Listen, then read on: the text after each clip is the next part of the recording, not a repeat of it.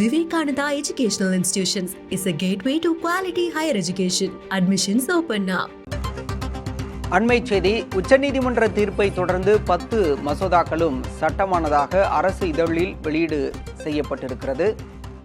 அண்மையில் தமிழக அரசு தரப்பில் தொடரப்பட்ட வழக்கில் உச்சநீதிமன்றம் வரலாற்று தீர்ப்பை வழங்கியது. நிலுவையில் வைத்திருந்த 10 மசோதாக்களுக்கும் ஆளுநர் ஒப்புதல் வழங்க வேண்டும் என உத்தரவிட்டிருந்தது. அந்த வகையில் பல்கலைக்கழக வேந்தர் உள்ளிட்ட 10 மசோதாக்களுக்கு ஒப்புதல் அளிக்கப்பட்டு தற்போது சட்டமானதாக அரசு இதழில் வெளியீடு செய்யப்பட்டிருக்கிறது.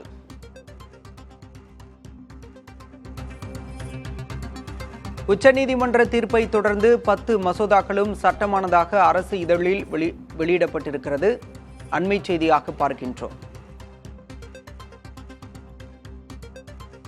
தமிழ்நாடு சட்டமன்றத்தில் நிறைவேற்றப்பட்ட மசோதாக்கள் ஆளுநரின் ஒப்புதலுக்காக அனுப்பி வைக்கப்பட்டது. ஆனால் ஆளுநர் ஒப்புதல் வழங்கவில்லை என கூறி தமிழக அரசு சார்பில் வழக்கு தொடரப்பட்டிருந்தது. விவரங்களோடு செய்தியாளர் ரமேஷ் இணைந்திருக்கிறார். ரமேஷ், எந்தெந்த மசோதாக்கள் குறிப்பாக சட்டமாகி இருக்கின்றன? அதிலும் குறிப்பாக பல்கலைக்கழக வேந்தராக முதலமைச்சரே தொடர்வார் என்ற மசோதாவுக்கு ஒப்புதல் வழங்கப்பட்டிருப்பதன் மூலம் அது உடனே அமலுக்கு வருகிறதா?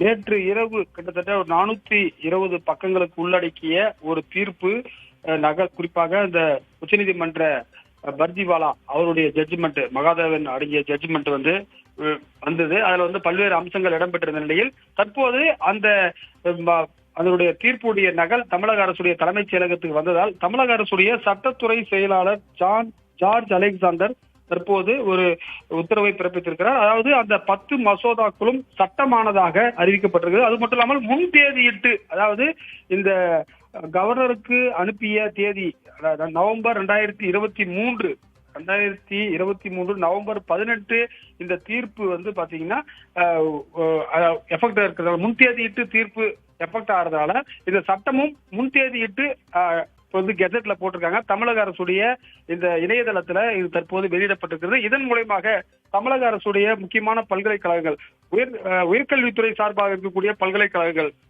அண்ணா பல்கலைக்கழகம், அன்னை தெரசா பல்கலைக்கழகம், அதேபோல மதுரை காமராஜர் பல்கலைக்கழகம், பெரியார் பல்கலைக்கழகம் உள்ளிட்ட 10க்கும் மேற்பட்ட உயர்கல்வித்துறை பல்கலைக்கழகம், அதே போல பாத்தீங்கன்னா தமிழ்நாடு வெட்டினரி யூனிவர்சிட்டி, அதே போல தமிழ்நாடு டாக்டர் எம்ஜிஆர் மருத்துவ பல்கலைக்கழகம், இது போன்ற மற்ற துறைகள் சார்பாக பிஷரிஸ் யூனிவர்சிட்டி, இது போன்ற யூனிவர்சிட்டிகளுக்கும் வேந்தராக தமிழக அரசு அல்லது தமிழக அரசால் நியமிக்கக்கூடியவர் என்று அந்த சட்டத்தில் இருக்கிறது. அப்படி பார்க்கும் என்று சொன்னால் அது முதலமைச்சராக தான் இருக்கும்.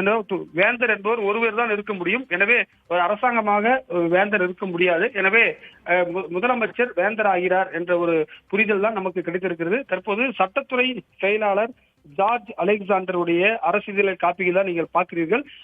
ஏற்கனவே இந்த சட்ட மசோதாவில் என்ன சொல்லியிருந்தாங்கன்னா, அதாவது பல்கலைக்கழகங்களுடைய வேந்தராக குறிப்பாக முதலமைச்சர் அல்லது அரசு நியமிக்கக்கூடியவர் இருப்பார் என்று சொல்லப்பட்டிருக்கிறது. இணை வேந்தர்களாக அந்தந்த துறை சார்ந்த அமைச்சர்கள், குறிப்பாக உயர்கல்வித்துறையை பொறுத்தவரை கோவி செழியன் இணைவேந்தராக இருப்பார். மற்ற பல்கலைக்கழகங்களுக்கு அந்தந்த துறை அமைச்சர், கால்நடைத்துறைக்கு கால்நடைத்துறை அமைச்சர், மீன்வளத்துறைக்கு மீன்வளத்துறை அமைச்சர், இது போன்ற அந்தந்த துறை சார்ந்த அமைச்சர்கள் இணை வேந்தர்களாக இருப்பார்கள் என்று அந்த சட்ட மசோதாவில் ஏற்கனவே சொல்லப்பட்டிருக்கிறது. தற்போது பர்திவாலா மகாதேவன் ஜட்ஜஸ் கொடுத்திருக்கக்கூடிய தீர்ப்பு 415 பக்கம் நேற்று இரவு வெளியாயிருக்கிறது.